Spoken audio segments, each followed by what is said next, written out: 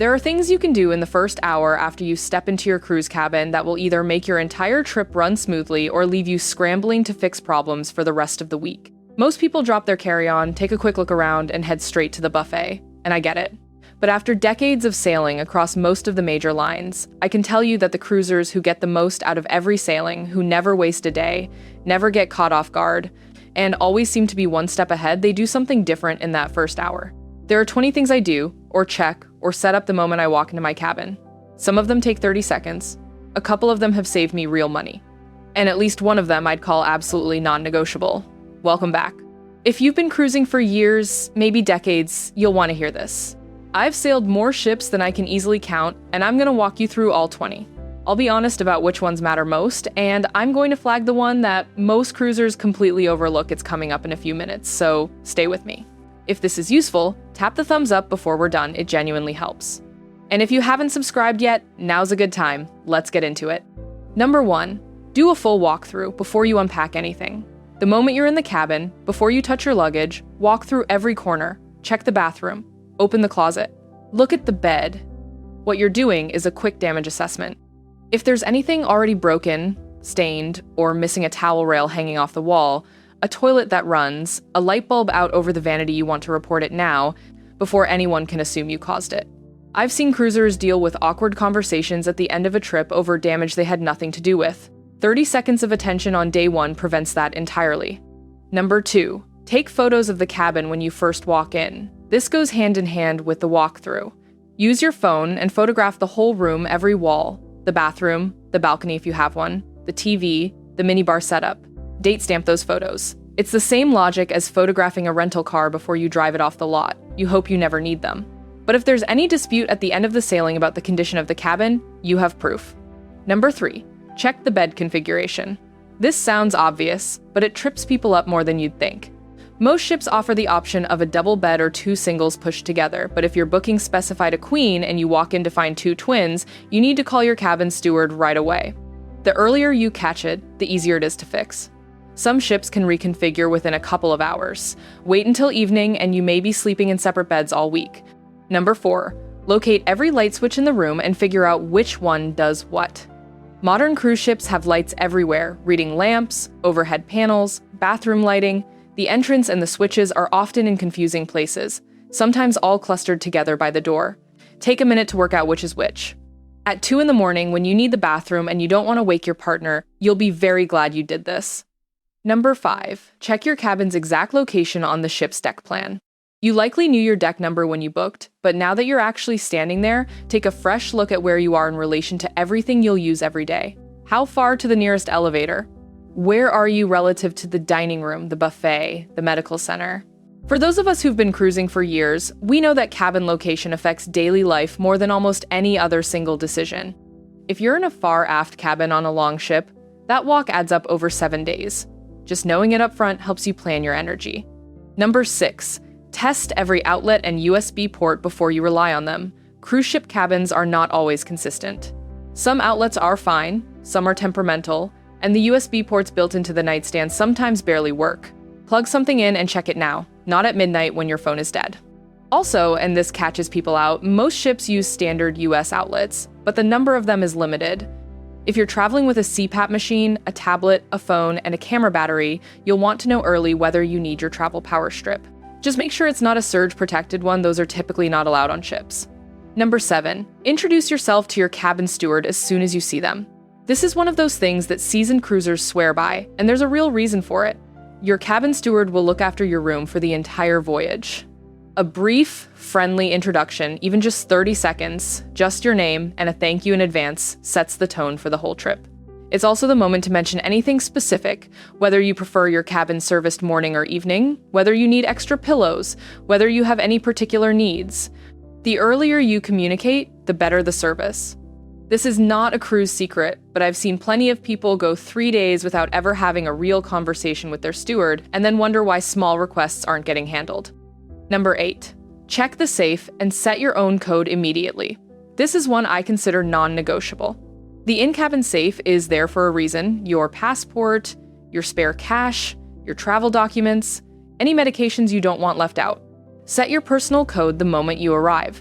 Don't leave it until later, and once you've set it, test it, lock it, close it fully, and make sure your code actually opens it. I've seen people lock their passport inside a safe and then discover their code wasn't accepted. That's a stressful situation to sort out. 2 minutes now, no drama later. Now, before I get to the next few, I want to mention something. We've already covered checking the cabin for damage, sorting the bed, finding your location on the ship, and there are 12 more items still to go, including a couple that most cruisers never think about until something goes wrong. If you want everything we cover in this video and a lot more in one place, a complete reference you can actually use every time you book and every time you board, the link is in the description, and you can scan the code on your screen right now. It's the Seasoned Cruisers Complete Pack, and it was built for exactly this kind of practical, no-nonsense cruising. Go check it out and then come right back, because the one item I'd call the most important on this entire list is coming up next. Number 9. Read the muster drill instructions carefully. On modern cruise ships, the muster drill is often done digitally now. You watch a safety video on the app or on your cabin TV and then check in at your muster station. Don't treat this as a formality. Know exactly where your muster station is. Know where your life jackets are. If you need extra time getting around the ship, knowing your muster station location in advance matters. This is not meant to alarm anyone. It's the same reason you read the safety card on a flight. You hope it's completely irrelevant, but adults who've been around know you don't skip the safety briefing. Number 10. Check what's already in the minibar and note it down. This is a genuine money protection tip. Minibars on cruise ships are sometimes set up so that items are on weight sensors or checked at the start and end of the voyage. If something is already missing when you arrive, or if the inventory list doesn't match what's actually in there, you want to flag it with your steward before the sailing gets underway. Being charged for something you never consumed is a frustration that's entirely preventable with one quick check. Number 11. Connect to the ship's Wi-Fi and understand your plan before you need it. If you've purchased a Wi-Fi package and whether that's worth it is a whole separate conversation, connect now and make sure it's actually working. Cruise ship internet is not the same as your broadband at home. Speeds vary, connectivity goes in and out in certain ports, and some plans have device limits. Knowing what you've got and how to use it early means you're not troubleshooting on the morning you actually need it. Number 12. Locate the nearest elevator banks and stairwells to your cabin. If you have any mobility considerations at all, and after a certain age, most of us have something. Knowing your elevator options matters every single day of the voyage. Some ships have elevator banks that are not centrally placed, and a cabin that looks fine on paper can mean a long haul with bags or when you're tired after a port day. If you find the nearest elevator takes you to the wrong part of the ship for where you're going most often, you'll at least know to plan for it. Number 13. Unpack and use all the storage properly. This one sounds too simple to mention, but hear me out. Fully unpacking hanging clothes, using the drawers, setting up the bathroom has a real effect on how livable your cabin feels for the whole trip. A cluttered cabin feels smaller and more stressful. Most cruise cabin storage is better than it looks at first glance. There are often drawers under the bed, shelves in unexpected places, and hooks on the back of the bathroom door. Use them. You'll feel more settled, and you'll stop losing things. Now here is the one I'd never skip, and I'd put this ahead of almost everything else on the list. Number 14. Go to guest services immediately and ask them to remove automatic gratuities from your account if you intend to tip in cash directly. This is a bit debated, and I'll get to the debate in a moment, but here's the honest truth. Most cruise lines add daily gratuities automatically, somewhere around $18 to $22 per person per day, depending on the line. On a 7-night sailing for 2 people, that's roughly $250 to over $300 added to your bill without any action on your part. Now, if you're happy with that system, fine.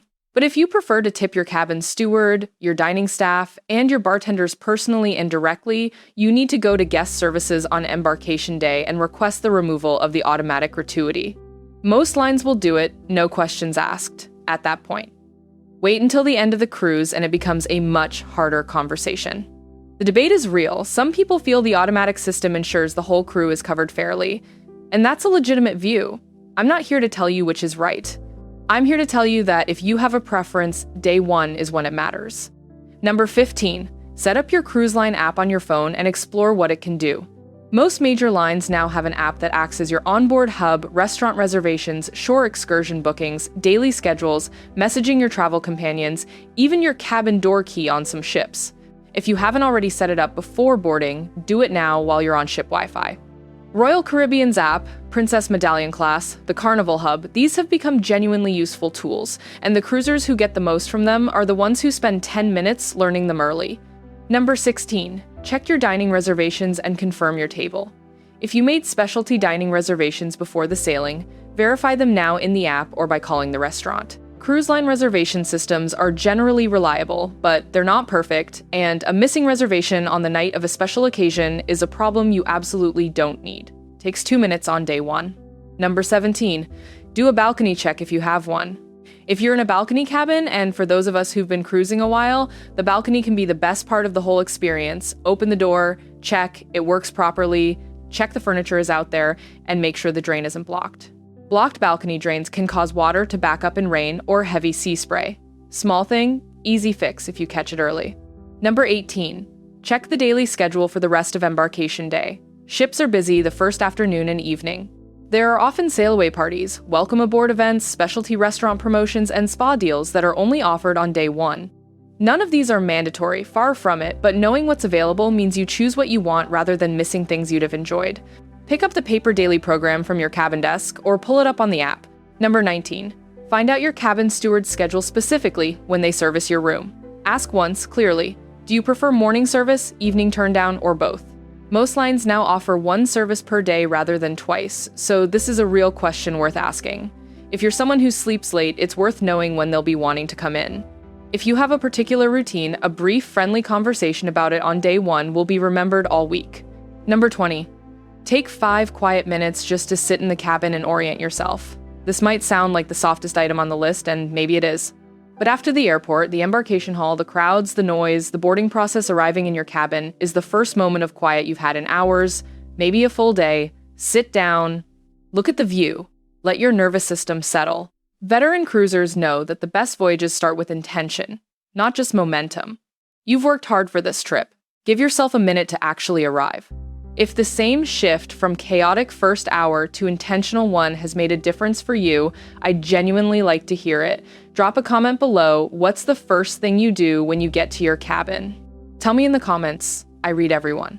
Now, if you're already a thorough cruiser, some of these 20 things probably felt familiar, but a few of them, I'd be willing to bet, were ones you hadn't thought about specifically.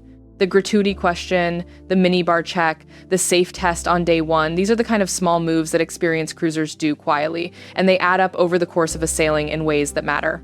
Next time, I'm covering the things you should never book through the cruise line directly, and a handful of them will genuinely surprise you, especially if you've been doing it the standard way for years. Subscribe so you don't miss it. And if this video was useful, a thumbs up before you go helps more people find the channel. Smooth seas, and I'll see you next time.